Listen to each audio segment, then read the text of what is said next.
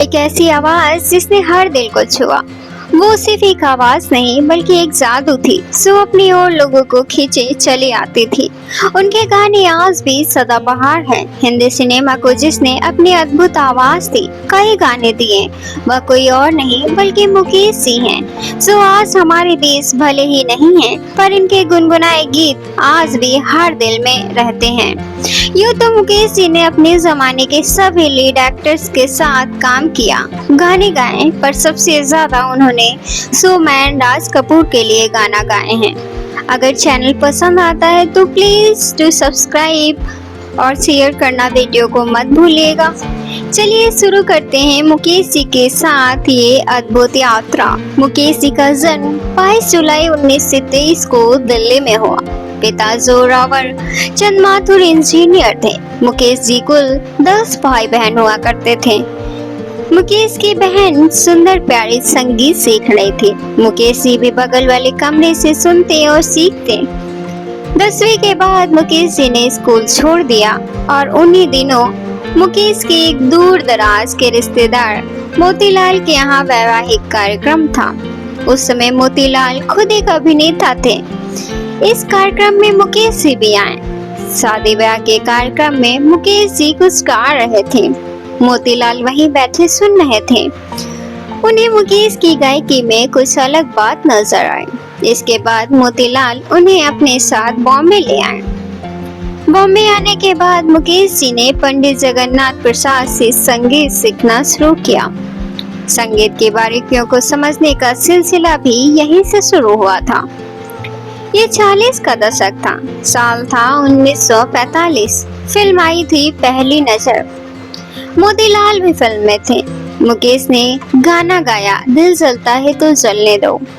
उनकी गायकी का अंदाज ऐसा था कि सुनने वाले को लगा कि गाना मुकेश ने नहीं बल्कि केएल सहगल ने गाया है। केएल सहगल उस दौर का बहुत बड़ा नाम हुआ करते थे। उनके अभिनय और गायकी के लाखों दीवाने थे। कुछ समय बाद मुकेश की गायकी के अंदाज की चर्चा किसी ने केएल सहगल से भी की। केएल सहगल ने गाना सुना, वो हैरान रह गए। कहने लगे, ताजुब है, मुझे याद ही नहीं आ रहा है ये मैंने गाना कब गाया। बाद में मुकेश जी ने अपनी गायकी के अंदाज में बदलाव किया। हालांकि उनकी आवाज का दर्द भी लोगों को सुरों में डुबोता रहा। कहा जाता है कि मुकेश जी की गायकी में नौशाद का रोल कुछ खास ही था। मुकेश को अपने अंदाज में गवाने का श्रेय संगीतकार नौशाद को दिया जाता है। नौशाद के बाद ही बारीकियों को संगीतकार के रूप में मुकेश जी ने अपनी पहचान बनाई। राज कपूर की तो वो आवाज ही मुकेश बन गए, जिससे जुड़ा एक बहुत दिलचस्प किस्सा है। फिल्म चोरी चोरी के लिए मुकेश समय नहीं निकाल पा रहे थे। ऐसे में शंकर जयकिशन ने मन्ना डे से गवाने का फैसला किया। इस बात की जानकारी जब स्टूडियो के मालिक तक पहुंची तो उन्होंने यह कहकर रिकॉर्डिंग ही कैंसिल कर दी कि राज कपूर की आवाज मुकेश के अलावा कोई और नहीं हो सकता।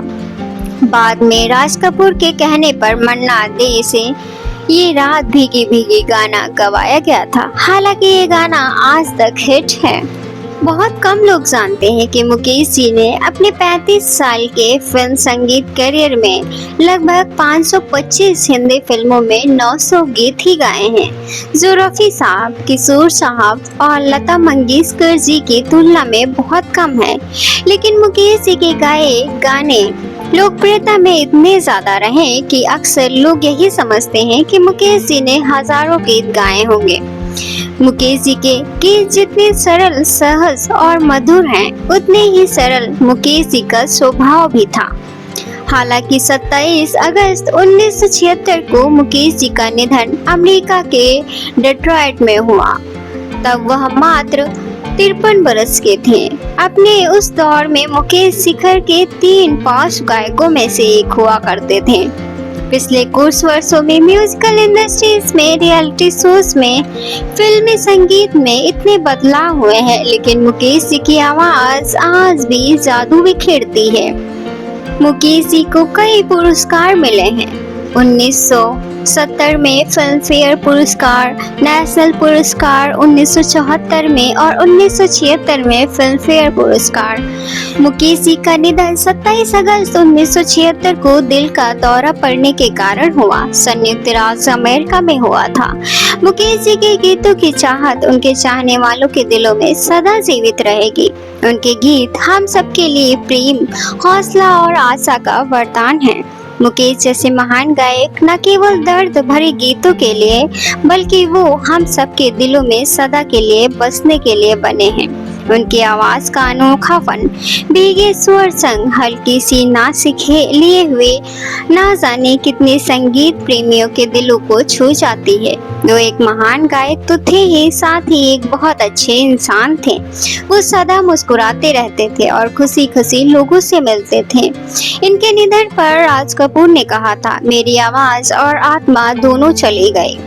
तो दोस्तों, अगर आपको यह वीडियो पसंद आए तो चैनल को सब्सक्राइब जरूर कर लीजिए एंड चैनल को सब्सक्राइब करके वीडियो लाइक और शेयर करना भी मत भूलिएगा।